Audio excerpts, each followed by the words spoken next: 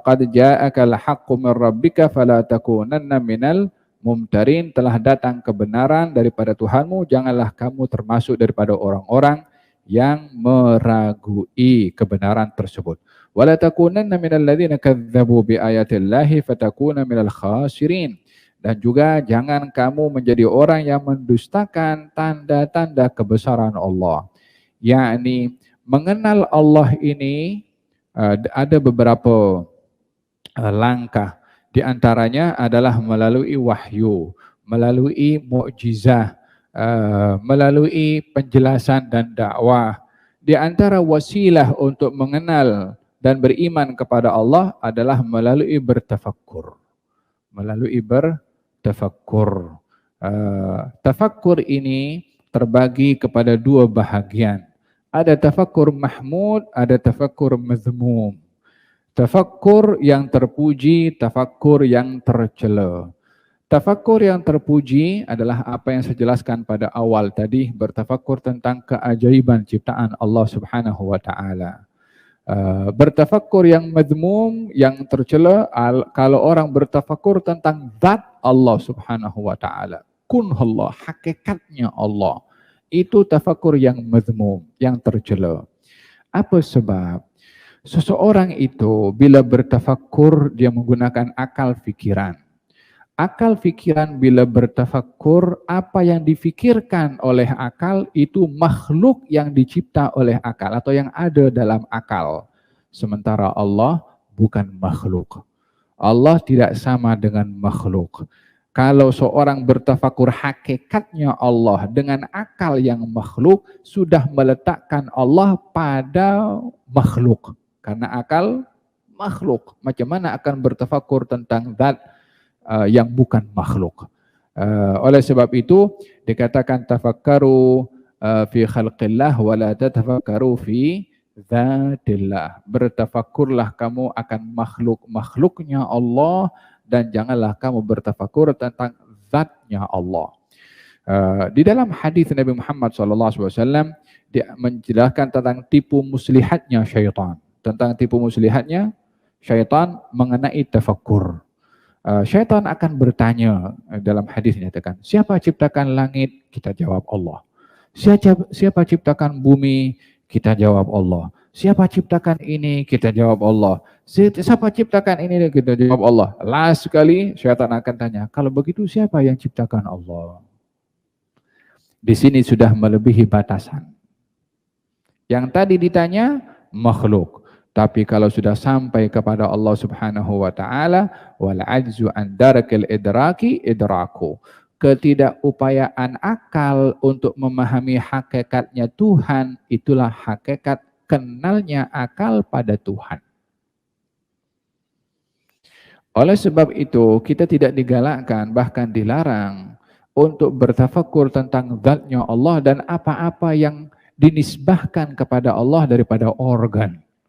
Wajahnya Allah, matanya Allah, ya kan? Dalam Quran ada disebut tentang tangan Allah disebut, mata Allah disebut. Fasbir fa innaka bi'ayunina. Sabarlah engkau wahai Rasulullah Muhammad, sesungguhnya engkau berada di hadapan mata kami. Allah sebut mata, ya kan? Kemudian yadullah fawqa aydihim, tangan Allah di atas tangan mereka. Sebut tangan. Wa yabqa wajhu rabbika dzul jalali wal ikram, akan kekal wajah Tuhanmu yang maha mulia. Ada wajah.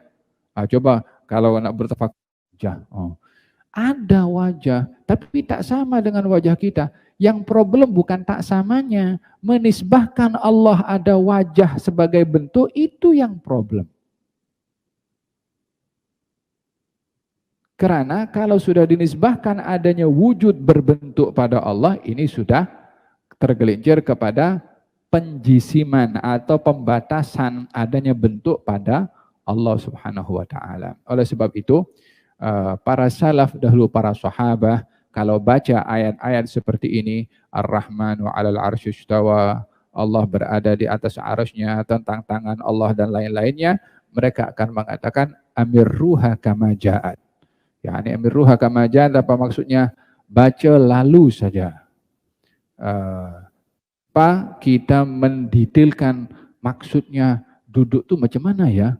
bersila ke atau macam mana ke, bayangan itu yang problem. Paham dong? Jadi ini namanya tafwid, serahkan maksudnya kepada Allah Subhanahu wa taala. Jadi bertafakkur tentang zat Allah itu yang dilarang. Yang bertafakkur yang terpuji adalah bertafakkur tentang makhluknya Allah. Makhluk Allah ini adalah ayat. Jadi ayat itu artinya tanda. Ada kalanya ayat itu berupa firman seperti yang kita baca hari ini. Ada kalanya ayat itu adalah tanda-tanda ciptaan Allah Subhanahu wa taala pada makhluknya. Sanurihim ayatina fil afaq wa fi anfusihim hatta yatabayyana lahum annahu al-haq. Kami Allah akan tunjukkan kepada mereka, yakni manusia, tanda-tanda kebesaran kami. Di mana? Fil afaq, di ufuk. Yalah, nak bahas tentang bulan, matahari, astronomi, ya kan? Orang pun cari sekarang apa black hole, ya kan? Belum lagi apa namanya planet-planet yang belum lagi dikesan dengan kamera, dan begitu betapa banyaknya. Kalau bertafakur, ini baru satu tempat nih, baru di atas. Kita punya umur pun habis nak bertafakur, yang di atas belum cukup lagi. Belum lagi di daratan, belum lagi di lautan, belum lagi belum lagi dengan keajaiban yang ada dalam organ tubuh badan manusia. Oh subhanallah, kita bernafas, ya kan? Bertafakur tentang diri sendiri saja itu, coba kita pikirkan, kita makan pelbagai macam makanan, kita minum kopi, minum teh tarik, minum sirap, maaf cakap, yang keluar warnanya sama. Kita makan pun macam-macam makanan, ya subhanallah. Ada engine di dalam yang bergerak itu 24 jam. Kita tidur pun engine tetap beroperasi, bergerak. Siapa yang jaga? Detakan jantung ini siapa yang pantau? Ya subhanallah. Baru kepada diri sendiri, belum lagi dengan makhluk-makhluk Allah yang lainnya. Walihada bertafakurlah tentang keajaiban ciptaan Allah untuk kenal kepada Allah Subhanahu wa taala. Kamu jangan menjadi orang-orang yang mendustakan ayat-ayat Allah sehingga kamu akan menjadi orang yang merugi. Sesungguhnya orang-orang yang ditetapkan oleh Allah daripada untuk dihukum, mereka tidak akan beriman. Maksudnya mereka memilih untuk tidak beriman, maka berlaku ketetapan hukum kepada dirinya untuk tidak beriman. Manusia diberi oleh Allah pilihan. Manusia diberi akal untuk memilih. Manusia tidak dipaksa. Manusia bukan robot. Manusia diberi akal. Manusia diberi alat untuk berpikir. Maka manusia memilih dalam hidupnya, iman atau kufur, taat atau maksiat, benar ataupun salah, hak atau batil. Manusia punya hak untuk memilih. Namun Allah Subhanahu wa taala yang menentukan hukum. Macam apa namanya jalan highway itu JPJ letakkan 110, manusia boleh pilih nak tekan 150 atau nak tekan 110.